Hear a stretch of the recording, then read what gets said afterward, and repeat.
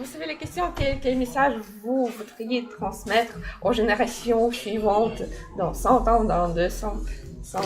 Vous savez, le message, c'est bien prétentieux, je veux dire, encore une fois, un compositeur, c'est quelqu'un qui a une sensibilité et qui va transmettre, qui va essayer de transmettre sa sensibilité à partir de ses mains et à partir de ses mélodies et de sa musique, quoi. Donc la transmission, est-ce que j'ai un message? Je sais pas, j'espère faire partager au plus grand nombre et continuer à le faire encore très longtemps, la musicalité. Je pense, bien sûr, on pense à soi quand on crée parce que c'est très agréable de créer, mais on pense aussi aux autres et essayer de rassembler ou essayer de faire rêver les gens.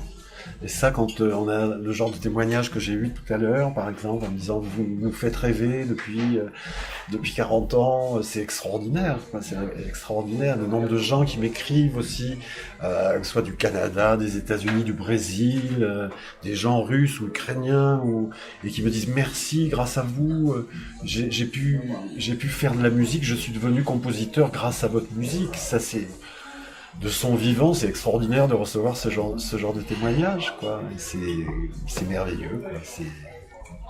Je suis un compositeur comblé et ravi de voir que ma musique, 40 ans après, continue à être aimée, appréciée. Et ça, c'est le plus beau cadeau qu'un créateur puisse faire, puisse recevoir de son public.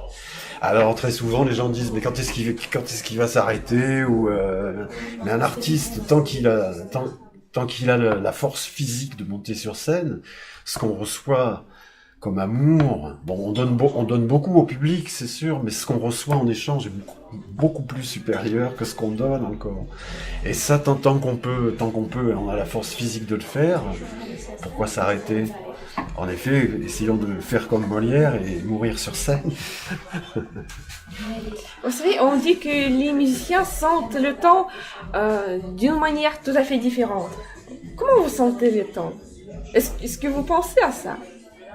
Non, j'essaye de vivre. Vous savez, souvent les gens me disent, dis donc, Space, ouais, Didier, t'as vraiment la tête dans les étoiles, mais t'as les pieds sur terre. Et je pense que c'est vrai, c'est-à-dire, je rêve, j'adore rêver, j'adore composer, j'adore l'espace, j'adore tout ça, mais je garde toujours les pieds sur terre. C'est-à-dire, je suis jamais parti, même quand je vendais des millions de disques et que j'avais 20 ans, 22 ans, j'ai jamais perdu la tête, quoi.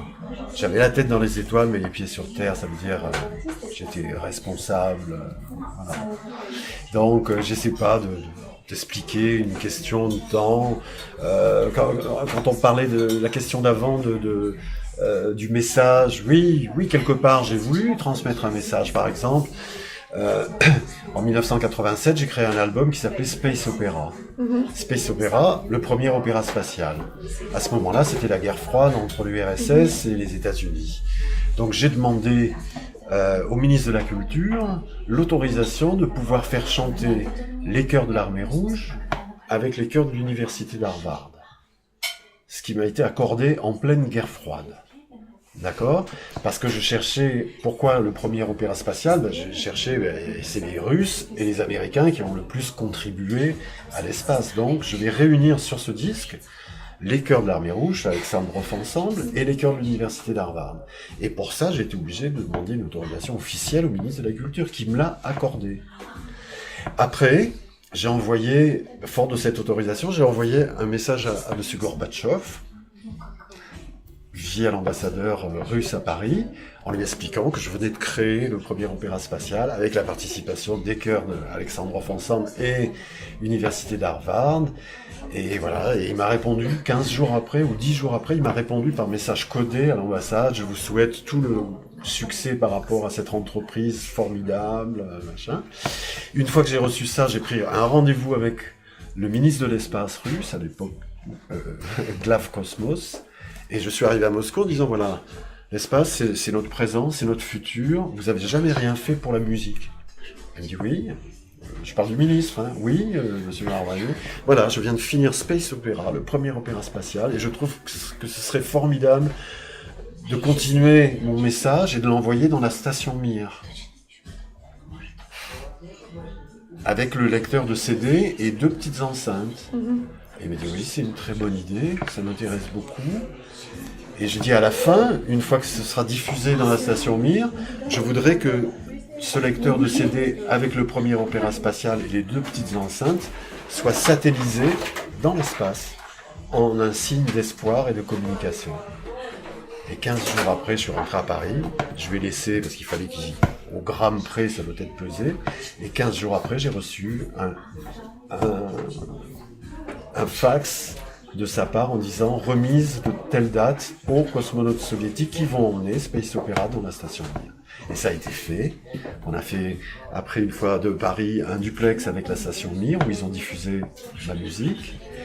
Et 2 mois après, ils ont satellisé ça dans l'espace en un signe d'espoir et de communication. Voilà, donc c'est drôle, je me suis dit s'il y a des aliens, s'ils existent, ils vont peut-être tomber, dessus, écouter, et le message c'était on vient pas pour vous conquérir, on vient en toute amitié.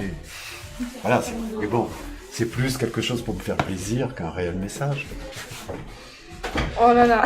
Et on s'est aperçu, moi je me suis aperçu au moins 5 ou 6 fois dans ma vie, avec l'URSS ou avec la Russie maintenant, que dès que c'était pas de l'argent ou qu'il n'y avait pas du business, grâce bien sûr à ma notoriété et à la notoriété de ma musique, j'ai pu obtenir des choses mais insensées quoi. En 83, avant la tournée, les premiers concerts de Space, j'ai demandé au ministre de la Culture, je voudrais faire un concert sur la Place Rouge. À la fin des concerts à Moscou, à l'Olympijski, 8 concerts. Le 9e, je veux que ce soit gratuit pour les moscovites, parce que je veux pas jouer pour la nomenclature, ça m'intéresse pas. Je veux jouer pour le public. Et il m'a dit, Monsieur Marmani, on va vous ouvrir l'Olympijski, 40 000 personnes par concert, 8 concerts de 40 000 pleins. Mais vous pensez pas, n'imaginez même pas donner un concert sur la Place Rouge. Vous savez qui y a derrière la porte entrebâillée? Je dis oui, je sais, monsieur le ministre. Non, ne rêvez pas à ça.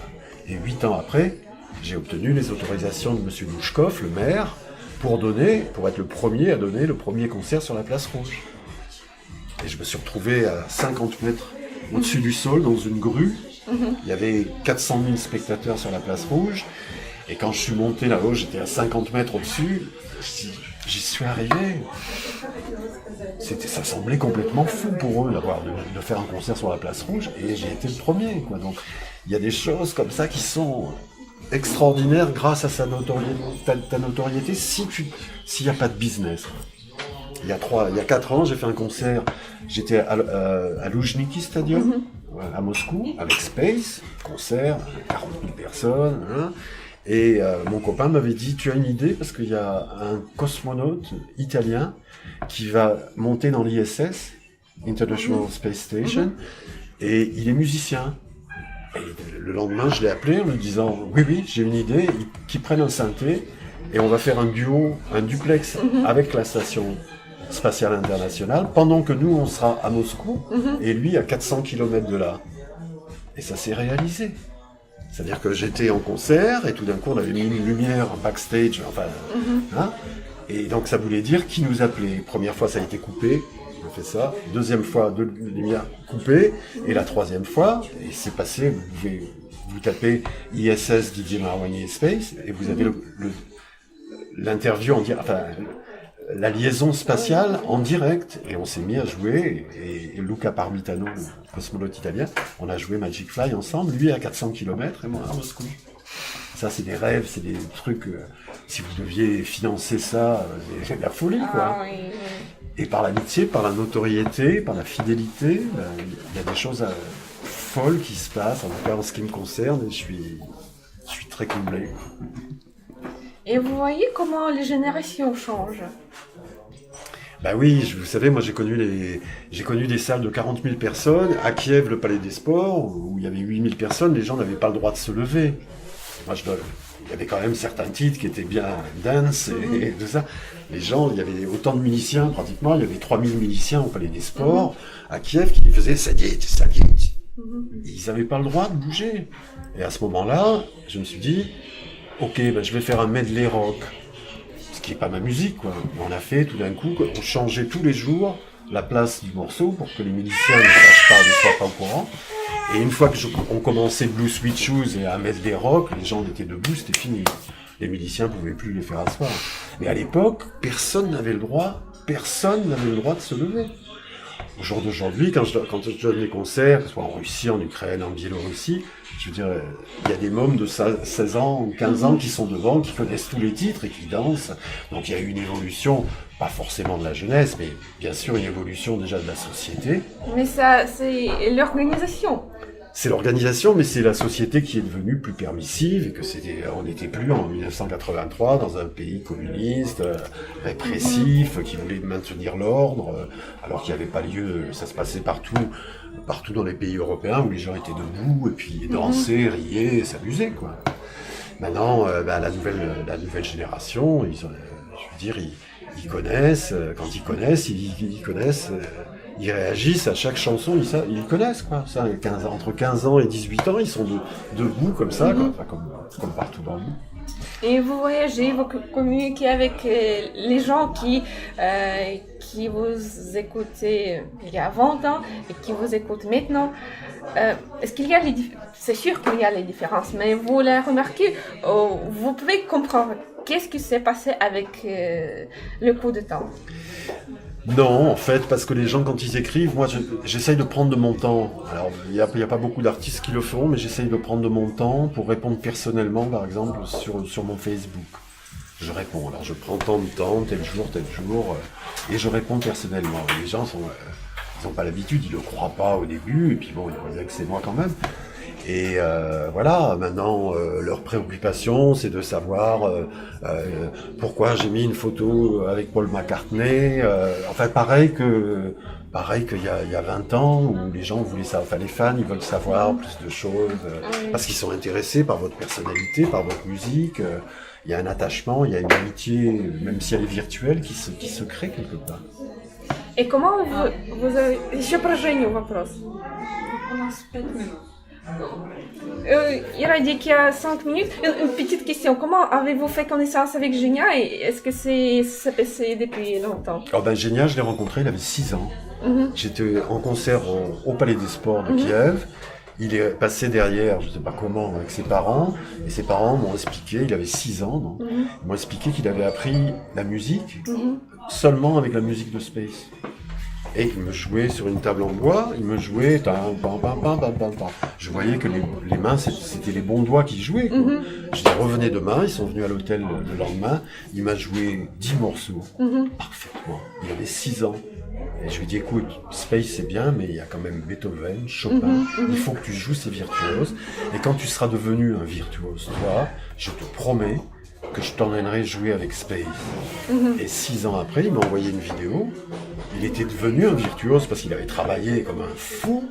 Et 6 ans après, donc il avait 12 ans et demi, 13 ans, je l'ai emmené à Kherson, pour le festival de Kherson. Il a joué avec Space sur scène. J'ai pu tenir ma parole et après je l'ai invité au Théâtre du Kremlin, ici au Palais de l'Ukraine avec l'Orchestre Symphonique. Il a joué au moins 10 fois avec moi dans des concerts. Voilà. Super. Merci.